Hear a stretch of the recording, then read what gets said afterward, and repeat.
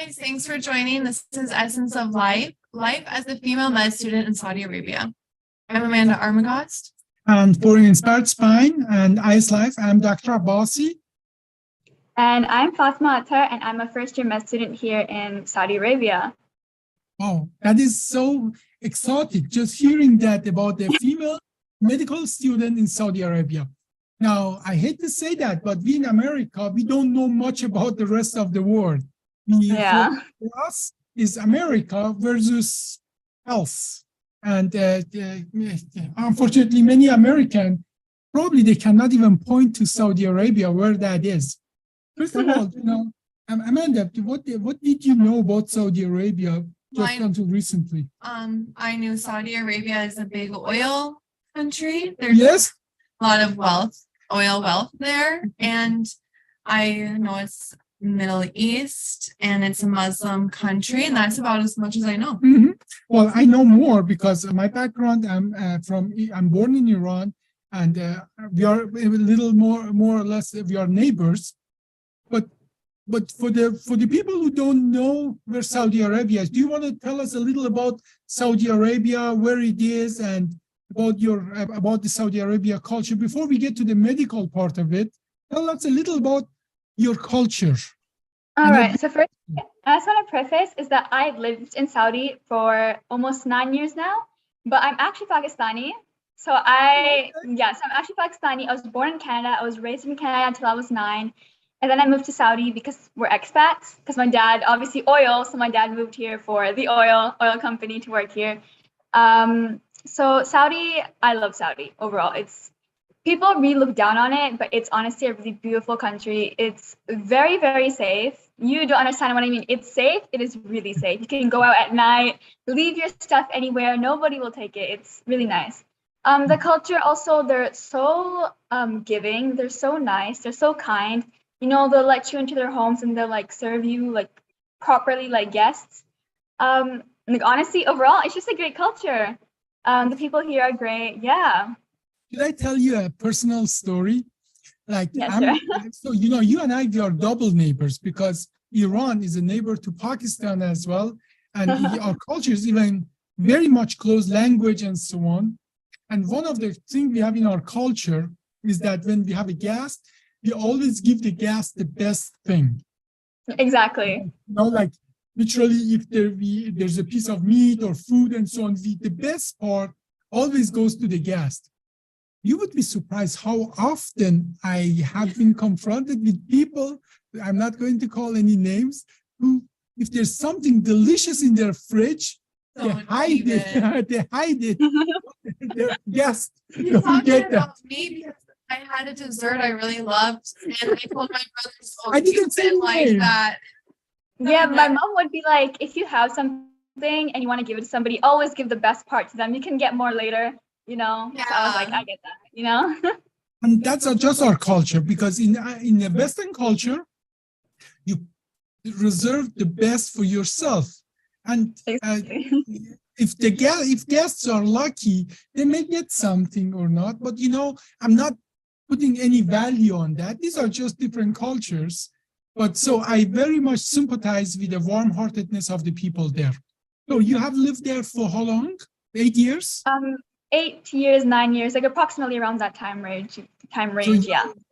So I'm assuming you're very fluent in Arabic, additional to Urdu, which is your original language. Urdu and English, 100%. I'm bilingual in that, but Arabic, I can speak 2 or 3 sentences.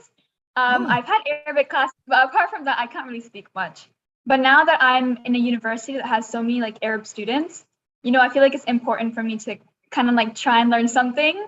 So I don't Let's talk about your university. Well, that's what you said. You're from Canada. You were in Canada. Did you say but that? Yes, I was I'm from Canada. Yeah, so I have a Canadian passport and a Canadian citizenship. Well, how old were you when you went to Saudi Arabia from Canada? And I was 9. 9. Mm-hmm. What did you notice, or did you notice any, these cultural differences that are significant? See, this is actually a really big thing I can talk about. So when I was in Canada, so how you have schools that are Christian schools and they teach you the academic side and also the religious side. that was the same for me. So I was in an Islamic school that was also like an academic school, right? And a lot of the girls there, they wore the hijab and I didn't. So I felt like, oh, I'm gonna wear the hijab just to fit in with them, you know? So obviously when I moved to Saudi, I was like expecting, oh, it's gonna be like the same type of vibe. Well, I walked into my school. It was fourth grade. I walked into my school and I was the only hijabi there, the only person. And I was like, oh, isn't it Saudi? Like I would have expected something different. But at that age, I don't think I really had the mentality to like think about how different it was. I was just like, oh, it's a new school, whatever. And you know, I just continued on like it. I've never been the type of person to feel the differences like that much. I've always been able to adapt really easily. So I think, yeah, I didn't really think that much of it, apart from the fact that it was hot all year round. That's it. Yeah. A weather shock, but not a cultural shock. No, it wasn't a cultural shock for me, which is really funny. But yeah, I think it's also because the community I lived in was full of expats.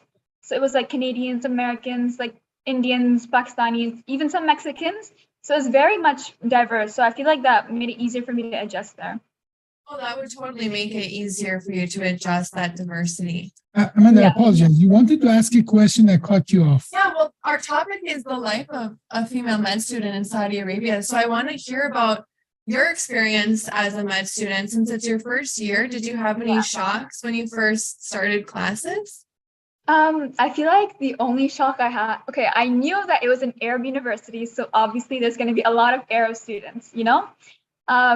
But when I joined, I was like, wow, there are a lot of Arab students. I felt kind of left out in the beginning because, you know, they're all from the same schools, the same high schools. They already have their own friend groups made. And, you know, as a person who's not Arab, doesn't know Arabic, and has joined an all Arab university, it's kind of difficult to like meet people and make friends with people. Especially like, for example, in labs, we have one professor who, even if he knows we don't speak Arabic, he'll start speaking in Arabic and we'll have to constantly remind him like, hey, can you not, we speak English, you know? It's okay though, like, you know, it's their culture, it's the way, yeah, it's natural for them, so it's fine. Yes? You primarily speak English in class? Yeah, I always speak English in class, yeah. But is the curriculum in English or is the curriculum? Yes, all of it is in English.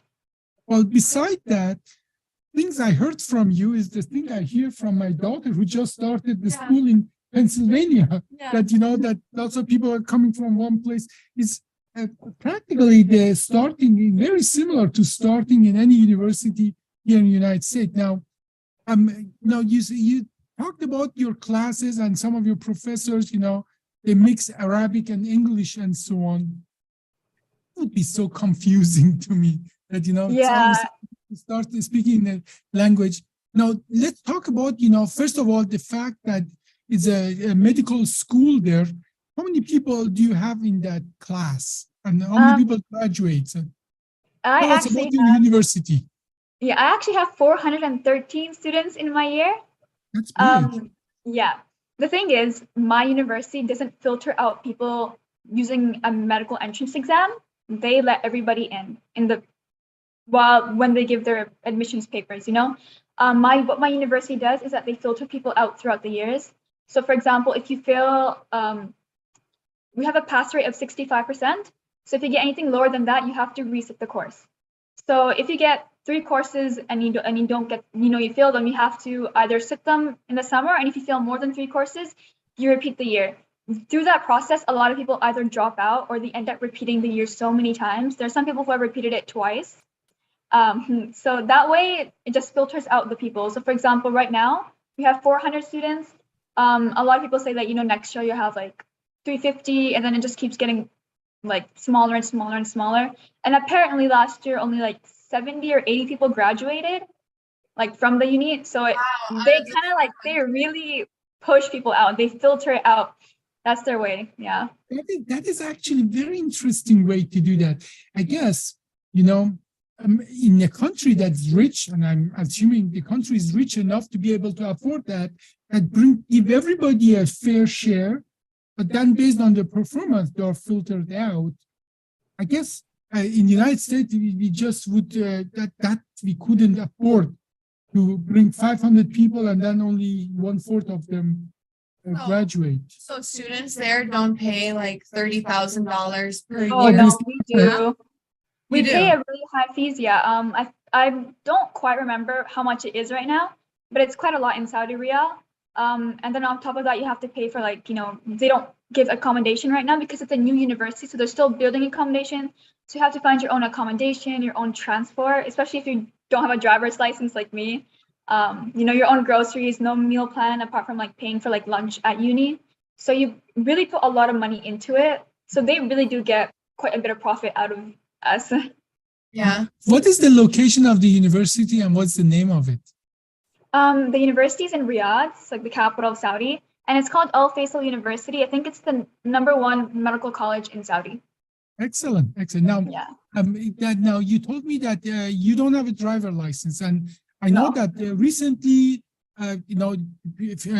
women can drive in Saudi Arabia. It has done significant advances and significant improvement has been in the situation. As do you feel that you have to have a driver license? Because I remember for the first few years of my medical school in Germany, I didn't have a driver license. Is it a big deal to have a driver license to be able to do what you do? I feel like it really depends, especially like, depending where you live. For example, if you live like more like downtown Riyadh, you can obviously walk to like the grocery store, like the clothing store, or like shops, so it's really easy for you. But I live like in a more secluded area right now. So I have to like get somebody to drive me out if I want to like go hang out with my friends or like go to the mall, go out to eat or go to university. So I mean, it's not that big of a deal. It's just the fact that like it's easier for me if I have my own source of transportation. But again, I'm not sure personally if I would want a driver's license here, only because the driving is really crazy. It's really reckless. And as a woman, I'm just scared of driving, like in that specific kind of Yeah, I area. understand that. I have my license. I've had it since I was 16, and even I hate driving. Well, and I hate driving as well, but because there's 2 inches of snow 6 months of the year here. You lived in Canada. Do you remember the weather in Canada? Yeah, it was snowing all the time. I lived in Edmonton, so I think that was like more of the snowy part there. Yeah, well, we are in Minneapolis. And when did we start having snow here? We had snow in October. Do you ever see snow in Riyadh? No. Does it ever snow in Riyadh? What's the No, average never. temperature? I'm not sure, but apparently in Riyadh it can get down to 0 degrees Celsius. So yeah. 42.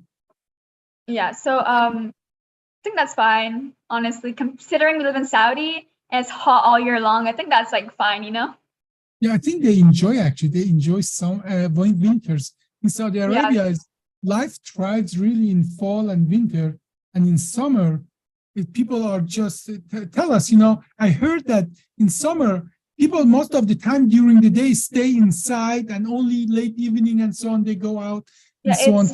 Very hot in the summer, really hot, especially if you live near like the sea or the ocean or any like body of water. The humidity is insane. It's so much. You'll go out for 1 minute and you feel like you cannot breathe because it's that humid. But thank God, where it's like in Riyadh now, the summer, it's not that humid because we don't have any bodies of water. But where my parents live and where I used to go for high school, the summers were really hot. So it was difficult to like stay out for more than 5 minutes. We would always be inside. I would love to know, how your curriculum, like your classes on the medical side look like. And I'm sure Amanda, from her nature, is really interested. How is it living, working, having fun with your friends and so on look like? But why don't we start about your curriculum? You're in the first year. Tell us about your classes that you have to visit and the pass, fail rate, how you prepare for them. Run us through your first year of medical school. Of course. So, all right. So firstly, the curriculum is a spiral curriculum. So what they do is that the first 3 years are obviously preclinicals. It's all basic medical sciences. And what they have is we have blocks. Yes? Those basic medical science, what does it entails? What are those classes, actual? For example, we have like biochemistry, musculoskeletal anatomy, we have renal, genetics. Right now, I'm doing gastrointestinal. That's the block I have right now. We have like communications medicines, like primary health, public health, rural health. I think next term we have cardiopulmonary block, cardiovascular. We have something called HLS, I think. I'm not quite sure what that is right now. I need to look into that. But so basically that's the kind of stuff we have. So we have like pharmacy, all those kind of like blocks for the next 3 years, like this year, next year, and the year after. And the first 2 exams I sat were the foundation exam. So the foundation exam is basically the basic of everything. So it's like, like the cell structure, like all of that stuff, just in a bit more detail. So it's like A-levels, it's the A-level curriculum, but like a bit more, to make sure that we have like that basic understanding of everything before we move on, and to like filter out the people who need to go over it. That was fine. If I may just add to that, for people who are not familiar, in the United States, we have so-called pre-med or undergrad, and we cover like cytology, many physiology, and many of the things that you're talking about in the pre-med. Then we apply for med school, which is additional 4 years after you have done the undergrad. But in many countries, in Germany, in Iran, and I'm assuming Saudi Arabia, you start from the high school directly with the med school. Is that correct? Yes, that's correct. So that what you just described is that so-called the undergrad, the part of the medical school that we cover in the United States in the undergrad, but there are some programs as well in the United States that the undergrad and the grad school for the medical school are included all together. You start and you, with the goal, everybody in that pre-med goes to the med school. So you covered now practically the undergrad or pre-med equivalent in the United States. Yeah. How many years is that the foundation continues before you start going to now the clinical part? It's 3 years. So the first 3 years are all like, at the university, like doing labs and just, general information. And then the 4th year and 5th year are your rotations, your clerkship and your electives. So you go to the hospital and you like do different electives and get graded on it. And then that's 5 years. And then our 6th year is an internship, or I think an observership. So you can either go to a hospital in Saudi or internationally, and you just do an internship with different doctors, and you get graded based on that, and then you graduate. So 6 years, and which is very similar to Germany, actually. In Germany, you just practically described the medical education in Germany. Very similar. Yeah. So, but we are as well very much interested, what do you do when you are not in the school, right? Amanda, what do you know? Yeah, like what does a typical day look like for you? How many hours of class do you usually have per day? I think the maximum hours of classes I've had so far has been from 8 a.m. to maybe around 3 p.m. Okay, that's like a work day. With an hour break in between and 15-minute breaks between each class. Okay. So it's pretty fun. It's okay, yeah. Yeah, that doesn't sound overwhelming. like what I would have thought. And then, so what do you do after school? I don't really come back to where I stay. I usually stay at uni just because like it's easier to like study and go over my things. And also my friends are there, so it's easier to hang around, just walk around the campus, see everything. And also there's a lot of activities that the university does, which they did not entail on their website. When I was applying, I was like, I don't know if I want to go here, because there's no social activity on their page, and that's a really important thing for me, I'm a very extrovert person, I'm a very social person. So I love talking, going out, having fun. So I was like, you know what, it's fine. I'm going there for the med degree. That's what I need. But when I did actually go to the university, they have lots of events, lots of awareness events. We have movie nights, World Cup night, all the stuff. Yeah. The World Cup. Really nice. But where's Saudi Arabia in the World Cup this year? It's right next year in Qatar, right? Yeah. So the thing is, what was I gonna say? So it's fine in the social aspect. There's lots of different associations you can join, like the Medical Students Association that has like all the sub associations.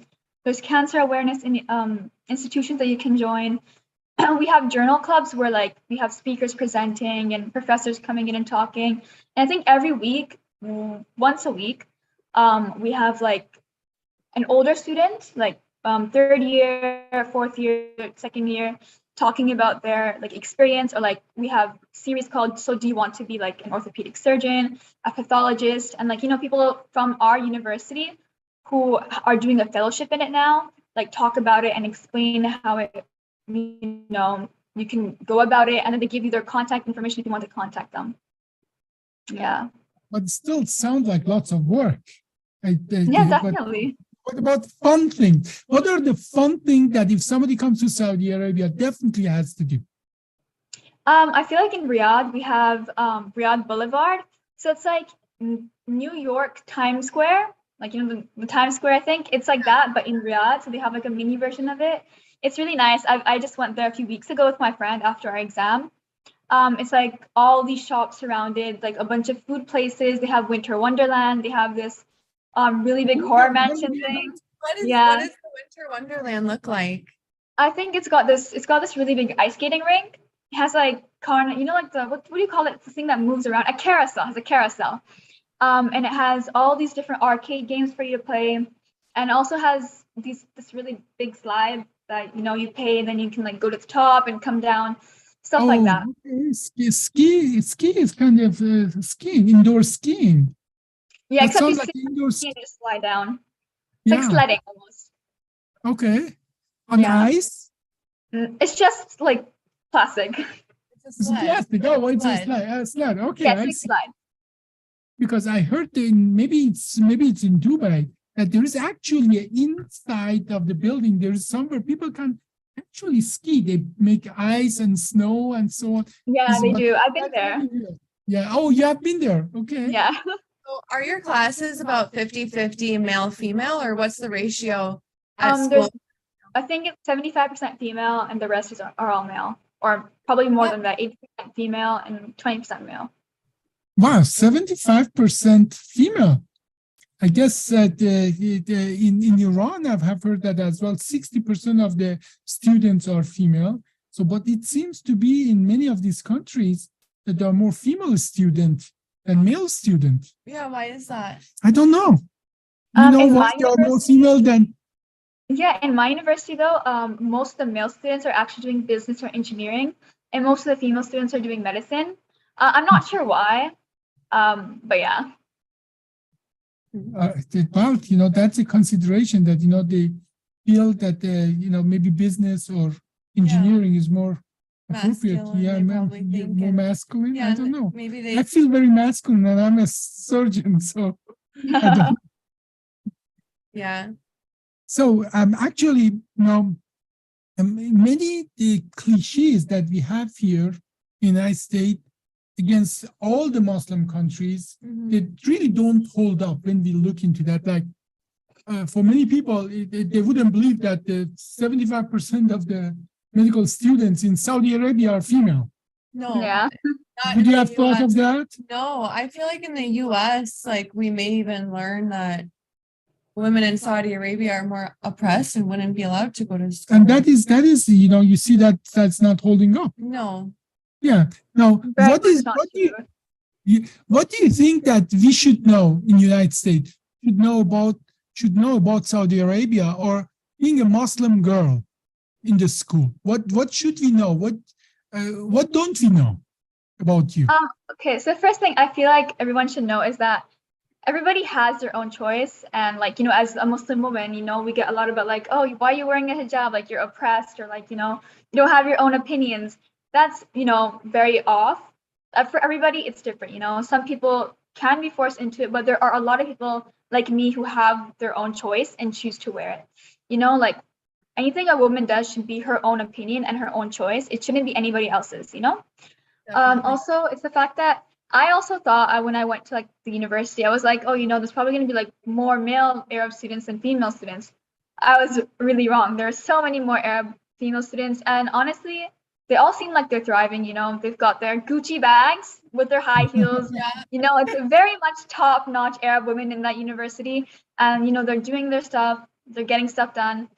So I feel like what a lot of people should know is that just view Saudi in a more like positive light. You know, people are like, oh, it's Saudi, it's dangerous, women are oppressed. All I see are women go to the mall every single day, buying the most expensive stuff they can find in like the most gorgeous outfits you have ever seen. And it's so safe there. Like I remember once I was watching a TikTok, which is where I actually found Dr. Hamid. I was watching a TikTok and it was like these people leaving their electronics in their library at their university. Like they just put them there and left. And people in the comments were like, why are you doing that? Somebody could take it. That's so dangerous. the entire year so far, like the 3 months that I've been in uni, I have always left my electronics, my wallet, everything in the middle of the hallway on a table and gone to do whatever I wanted to do. And We it can has never not do been a that here in problem. the United States. No, you Yeah, cannot. it's really safe here. Well, I think that is one of the cliche as well that we hear here is that the women are disadvantaged in all the Muslim countries, not Yeah. necessarily Saudi Arabia. No, I have a question. Now, is hijab mandatory in Saudi Arabia? No, it's not, because I've seen a lot of women who don't wear it. It's their own choice, and a lot of women who do. For example, in our university, a lot of women wear abayas and they wear hijabs to university, but there are also a lot of people who don't. There's a lot of people who don't wear hijabs, like, they'll wear, they won't wear abayas, they'll wear whatever they want to wear. So I don't think it's that big of an issue. I feel like it's just sometimes they'll be like, just wear something modest, nothing too short or too tight. That's the only rule we have in our uni. I just was watching an interview of I think that one of the high-level government people in Qatar. A Western journalist was asking him about the life in Qatar and so on, and his answer was beautiful. I really liked that because the journalist was asking about that. Can you live if you're this way or that way in Qatar? And he says, you can live your life, but we are a society. We just don't like to, like he was asking, can people hold hands in Qatar? He said, yes, they can hold hands. But what about kissing? And then he said, you know what? We are a conservative society. We don't bring our affection to the public. Everybody can live their life. And that was, I thought, is a very beautiful answer to that, that the way we decide to live in the United States is the way we decide to live. And the other cultures, they have their choices how to live their lives. And his answer was, we are not a culture that we want to show our affection in the public. And if the society, a culture decide that, I think it's their decision and their decision only. I thought that if you have not seen that, you should go and look for, I forgot the name, but it was a very beautiful explanation why not everybody should be like us in the United States, and that's okay. Right. Yeah. It's good to not be exactly like us. We're not perfect here. No, well, we decided to be this way, but other cultures have their choices to decide how they want to be. Now, what do you do for fun in Saudi Arabia? Go to the mall. That's honestly all I do. Like, I will go out with my friends, eat out with my friends, maybe like try and find a new place, watch a movie. But apart from that, just like the mall, movies, eating out. That's mostly what I do. That is almost what I would expect from you, Amanda, to say, right? Yeah.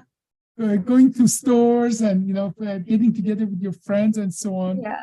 And I hear that they have the best malls in Riyadh. Is that true? I've been to 2 so far. And in my personal opinion, that's what I heard too. But the malls were quite small. I think I went to every single store in the mall in like a span of an hour, and I didn't get anything. So maybe I need to just look at better malls. But they're still nice. Like, it was nice. Like, they had a lot of stuff that I wanted. It was just fine. It was normal. Do you sometimes go to Dubai or some other countries in the Gulf region for shopping and so on? Not really. I've been to Dubai twice. Yeah, but me and my parents didn't really like it. Maybe because I just didn't do the right activities. I've been to Kuwait. Kuwait is really nice, especially for shopping. Their malls are really nice. But yeah, in Kuwait. Yeah, isn't that great? Do you pay tax in Saudi Arabia? Yeah, 15% VAT. 15? Yeah. What's ours? 7? Oh, well, we in Minnesota, in some states, it's as well 15%. In Germany, it can be up to 18 and 20%. But didn't we hear there's no income tax? Oh, yes. We heard that in Saudi Arabia, there is no income tax. Like if you get it, if you work and you get $1 million, you take home $1 million. Where here, income tax is at least 30%. At least 30%. At least. I have For like lowest- 50%. Yeah, for the lowest Yeah. income, it's 30% tax. So about like the whole finance thing, I'm not really like an expert on this, so I don't know. But what I do know is when we buy products from outside, like for example, when we like get stuff shipped or like, you go to the grocery store, everything will have like VAT 15% like tax on the stuff. So maybe we don't have income tax, and then that means like all the products we buy from outside, they all have tax on it.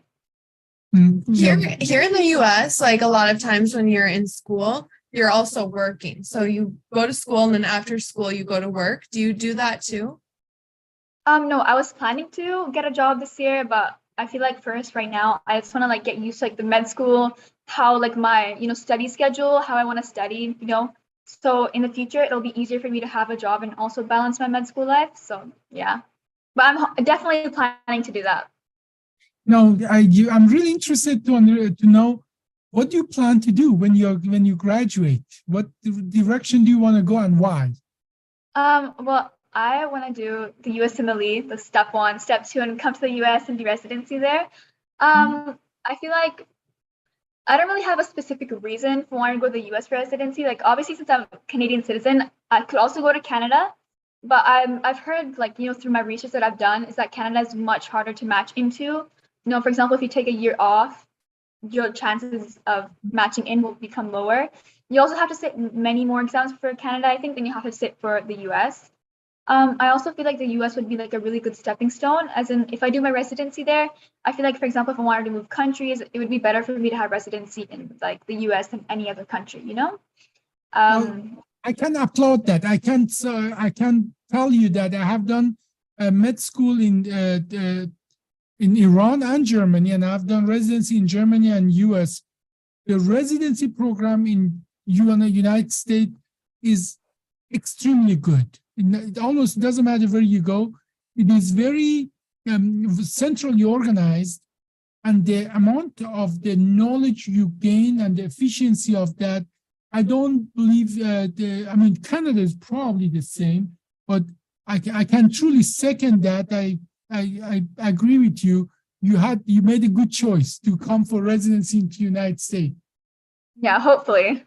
Yeah, but and it is good as well that you know that, because you start learning for USMLE as you go, because it's not enough to have the knowledge, but you have to prepare for those specific exams. So good job on that. Thank you. What direction do you want to go? Right now, I'm thinking about going to surgery. I would love to pursue being a neurosurgeon like you are. I think that's like amazing. That's like the number one like medical specialty. I feel like it's just so rewarding, being able to go through all of those years of, residency, and then being able to save somebody's life in a way that nobody else can. Like the brain is such a fine organ. I feel like that's amazing. Like right now I'm thinking about general surgery.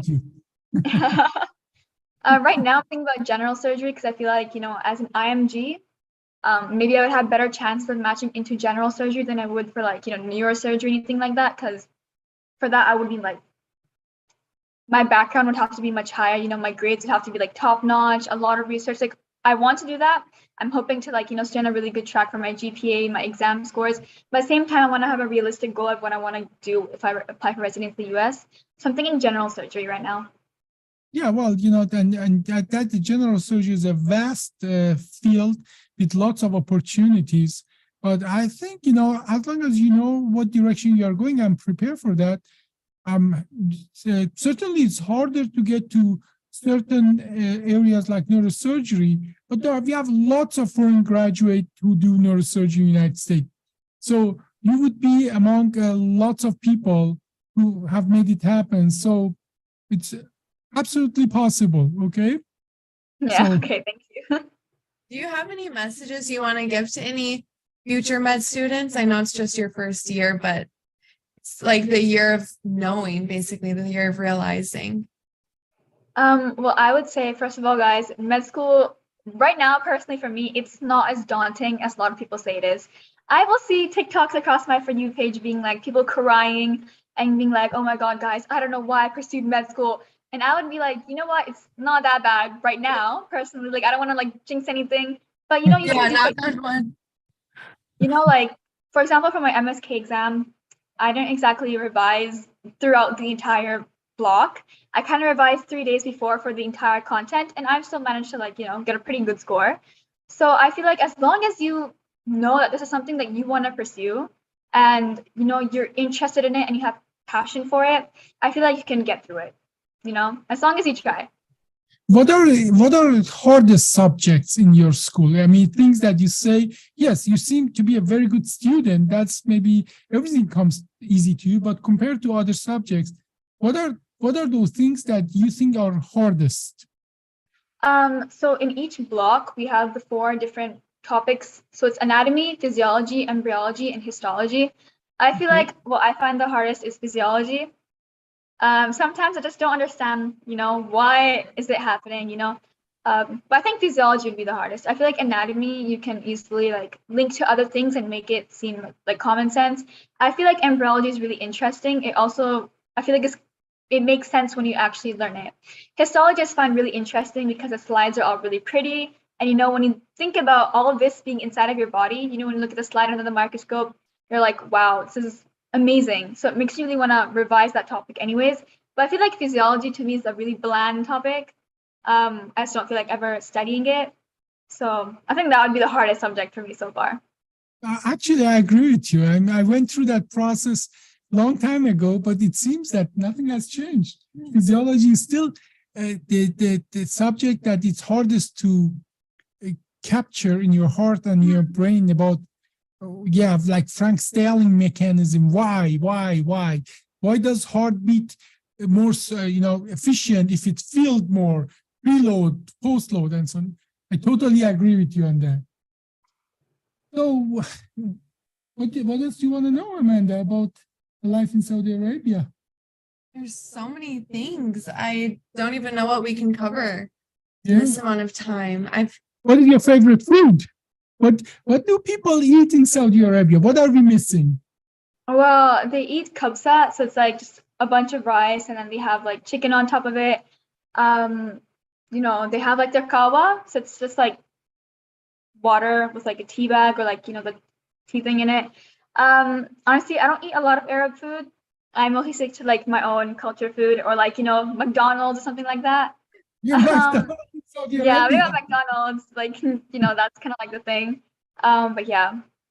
Yeah. So I hope that that we stay in touch and observe your education over the years. And certainly you're invited if you ever come to US, come and visit us. That'd be awesome. Thank you. Yeah. I would love to.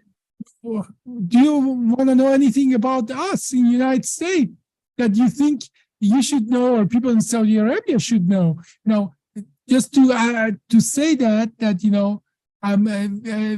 we are not as in the United States, we are not as ignorant as lots of people think we are outside of the United States. We are very interested in other cultures. We are ourselves very multicultural.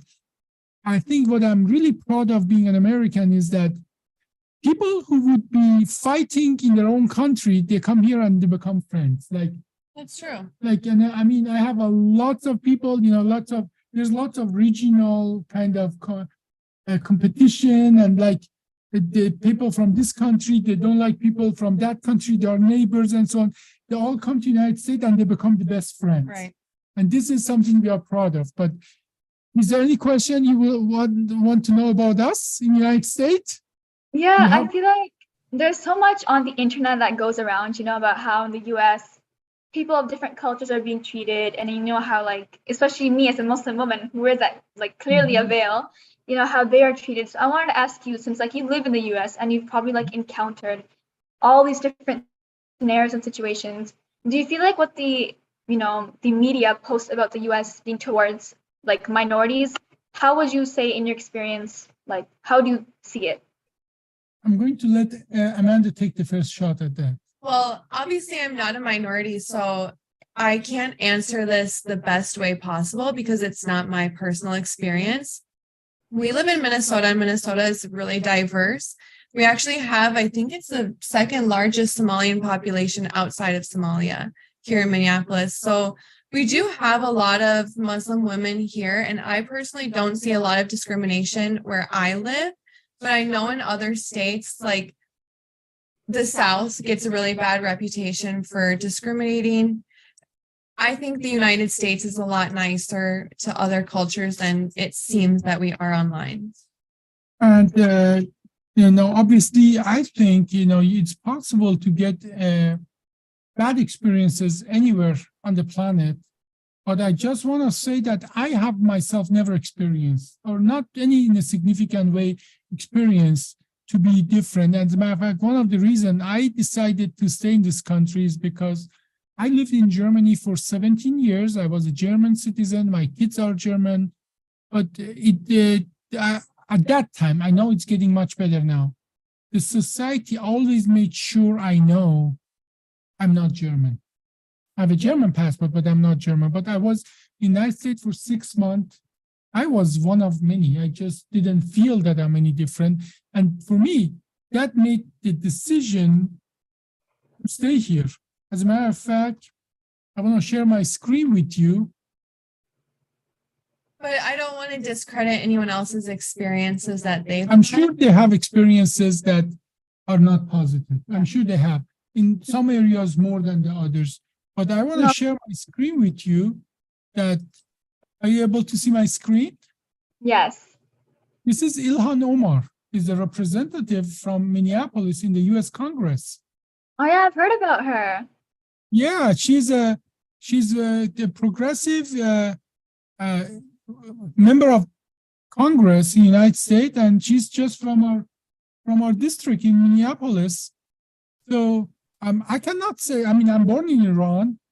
I don't believe I know of any like a Afghani minority or immigrant to get elected to Iranian parliament. I don't know of nobody, but I know that our laws, our society, our culture, our cultural, truly fundamental of our culture here in the United States, truly is based on equality of the people. Now, people will make bad decisions, they will discriminate and so on, but our culture and laws are very egalitarian. And the thing is, sometimes the reason is everybody hears about if something bad happened is because everything is public with us. We never try to hide it. If something bad happened, we talk about it, we go find out why that happened, and we try to do it better. Well, and not only that, but we're so media centered here. And obviously negativity in the media is going to spread much faster than positivity. So that's what we share more of. But you notice that I'm more patriotic than her. He's saying about he's emphasizing the negative thing. And I'm trying, no, we are good. I think the United States is an amazing place to live, and it's a beautiful place to live. For everybody, that's a point. For everybody. For everybody. As it should be. Yeah. That's what it was created. And that is, I think that our ability to give everybody, no matter what your background is at home, is what distinguishes us from many other countries. I know a lot of countries that are fantastic place to live if you are born and raised there, if you are from there. But here, it gives everybody a home. Maybe not 100%, maybe not perfect. We never claim to be perfect. Well, some people claim to be perfect, but I never claim for us to be perfect, but it gives everybody opportunity to make a home of this country. I agree. Well, it has been my pleasure really meeting you. Thank you so much for joining us this afternoon. I know it's so late. It's like after midnight for her. I think about 9 hours. You're 9 hours. It's almost 1 a.m. So. Oh, yeah, wow. Thank you so much for joining us today. Well, thank you so much for letting me be here. And we'll have you again. Sure. Definitely. You want to know more. I'm always open to any more opportunities. And definitely, they come and visit us if you're in the United States, okay? One day. Inshallah. Inshallah. Thank you. You're welcome. Bye-bye. Bye. Bye.